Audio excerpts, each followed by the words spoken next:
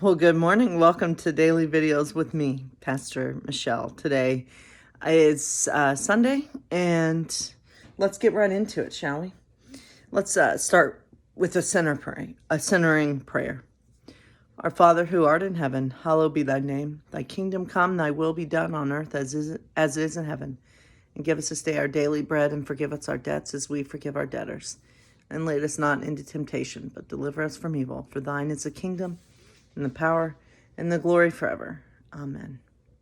So I do hope everyone is doing okay on this weekend.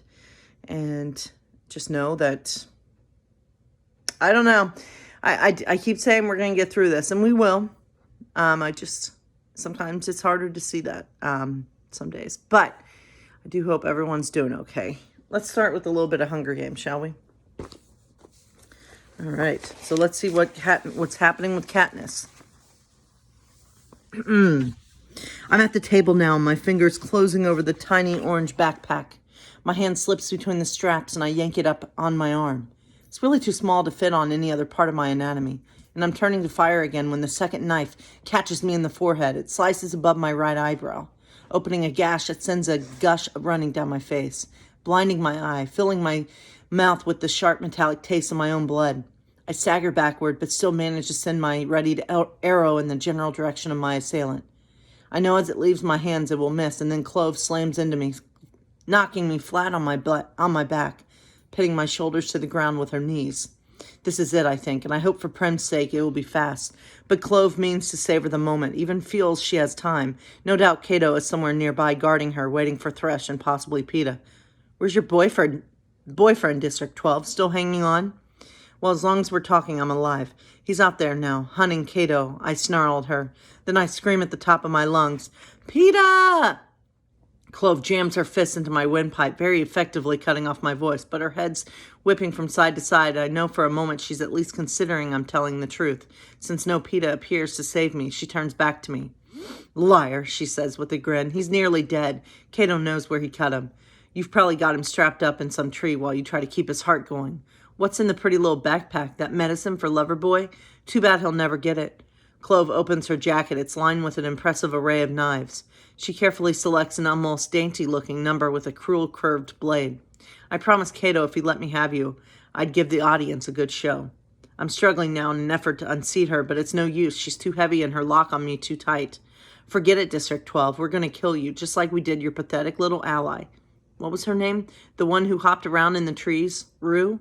Well, first Rue, then you, and then I think we'll just let nature take care of Loverboy. How does that sound? Clove asks. Now, where to start? She carelessly wipes away the blood from my wound with her jacket sleeve. For a moment, she surveys my face, tilting it from side to side as if it's a block of wood, and she's deciding exactly what pattern to carve on it. I attempt to bite her hand, but she grabs the hair on the top of my head, forcing me back to the ground. I think, she almost purrs, I think we'll start with your mouth. I clamp my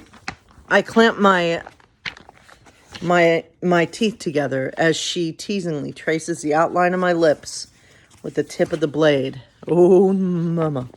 I don't know why I said that like that. Tomorrow we'll continue on that adventure and see what happens to Katniss. But for now, let's dive into more John Pavlovich, shall we? And hear today's story. And you know, he tells the truth. And he says what needs to be said. And I like that. I mean, that's the name of the book. And today, his blog is titled, The Religious Right is Brainwashing the People I Love. I mean, yeah. So, let's hear what he says. A year ago, I walked into the home of older relatives unannounced. We arrived 30 minutes earlier than we planned.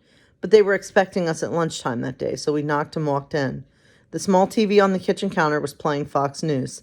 When the wife came down the stairs, almost in the middle of greeting us, she walked hurriedly over to the sink, grabbed the remote, and turned off the TV, looking like a teenager watching porn getting caught by her parents.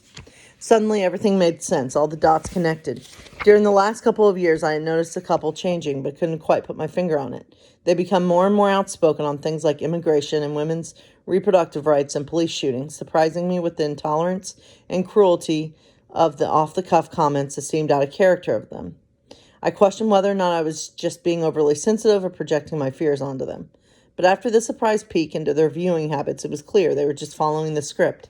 I could rewind over the previous months and see the alarmist Fox News talking points in their words at family gatherings and on Facebook.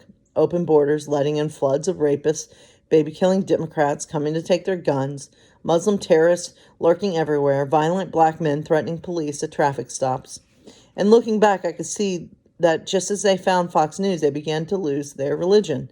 They no longer had much to say about Jesus, about his Matthew chapter 25 promise that he would be found in the least of these, and that we would be defined by the way we treat the poor and the vulnerable and the imprisoned.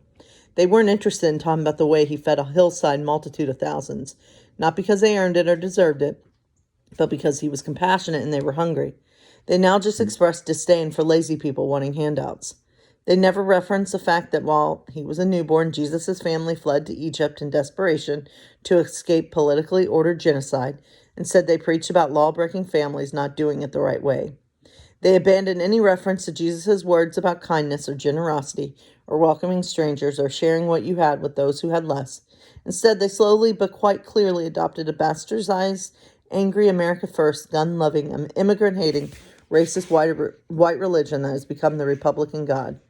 So whether it's anti-Muslim legislation or LGBTQ hate crimes or migrant kids taken from their parents, children orphaned by mass shooting, or a president fat-shaming protesters, there is always an excuse, always a justification, always a Fox News alternative reality or Franklin Graham tweet to bunker down in. The same thing has happened in many of the white people I've served in churches here in the South over the last decade.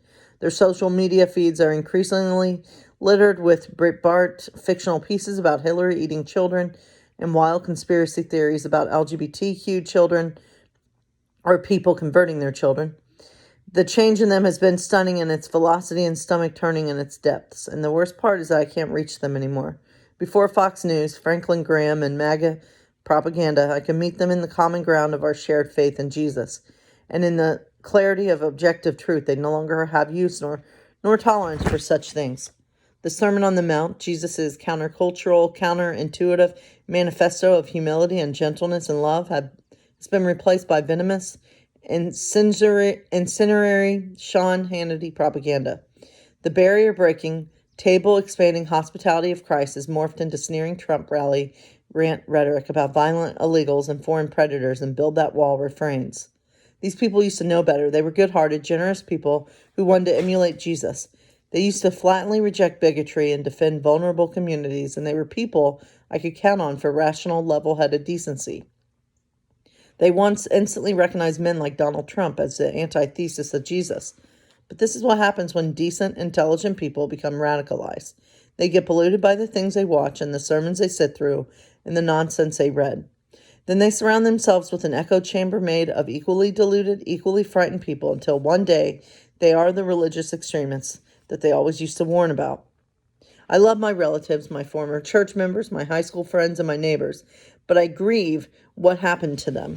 I lament the poisoning of their once soft hearts and the way Jesus has been all but squeezed out of their religion. I fear that they'll never fully recover from the alternative narrative that these past 3 years have written into their brains about the world and about disparate people and about the expansive, lavish, audacious love Jesus calls us to extend. I really hope these moms and ministers and nurses and school teachers and football coaches and favorite relatives get a true story or meet someone who wakes them up or rediscover Jesus enough that they change the channel, turn off the TV, and find the truth that sets them free. And that truth is, God is love. We are, in fact, our brother's keeper. Kindness is the better path. May it be so. Amen, John Pavlovitz. May it be so. Well, God bless everyone. Stay safe out there and continue to spread love as best as you can.